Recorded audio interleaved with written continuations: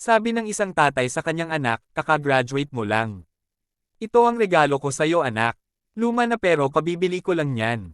Bago ko ibigay sa'yo, dalhin mo muna sa motor dealer yan. Ibenta mo. Tingnan mo kung magkano ang offer niya sa'yo. Dinala ito ng kanyang anak saka bumalik sa tatay. Binibili sa akin ng 10,000 pesos tay. Luma na raw kasi. Sagot ng tatay, okay. Dalhin mo naman ngayon sa second-hand motor dealer. Hapon na nang makabalik ang bata sa kanyang tatay. Binibili sa akin ng 20,000 pesos. Dami na raw kasing pagawin bago mapakinas uli yan, tay.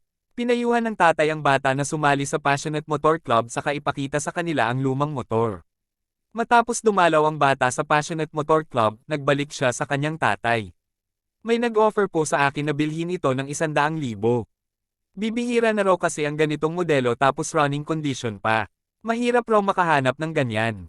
Sagot ng tatay, gusto kong maintindihan mo anak na walang kwenta ang halaga mo kung maling tao ang mga kasama mo.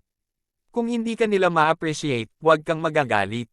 Ibig sabihin lang nun, hindi ka angkop sa lugar nila. Huwag kang manatili sa isang lugar na hindi nakikita ang totoo mong halaga.